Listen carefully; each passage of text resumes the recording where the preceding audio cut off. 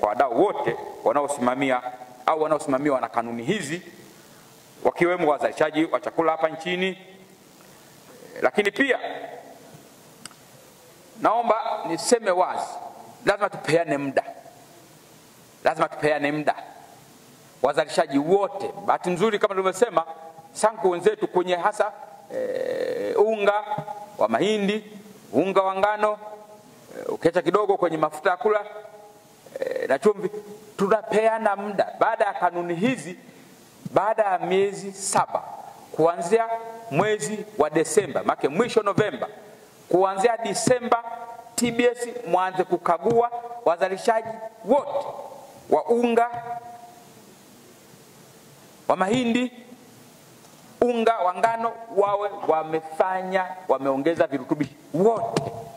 Lakini hiyo lazima tuhakikishe kama kuna changamoto tuwasaidie, ili kanuni hizi tuanze kuzitekeleza. Serikali kupitia rais wa serikali ya awamu ya pili hayati Mheshimiwa Mzee Ali Hassan Mwinyi alizindua mpango wa kwanza kabisa wa kuongeza madini joto katika chumvi. Huo ulizinduliwa ili kuhakikisha kwamba madini joto au iodine yanakuwepo katika mwili wa mwanadamu katika viwango ambavyo vinahitajika. Kwa matokeo ya utafiti wa afya ya uzazi na mtoto na viashiria vya malaria ambao taarifa yake ilitolewa mwaka 2022, mkoa wetu ulidhihirika kuwa na tatizo kubwa la udumavu, ambapo takribani watoto zaidi ya 90,000 ambao sawasawa na 35.6%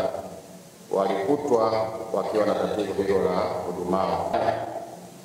Kama tukienda kawaida bila hatua yoyote, bila makusudi yoyote, ifikapo mwaka 2030, Mheshimiwa mgeni rasmi, ndio kwanza tutakuwa tumefika around 24%.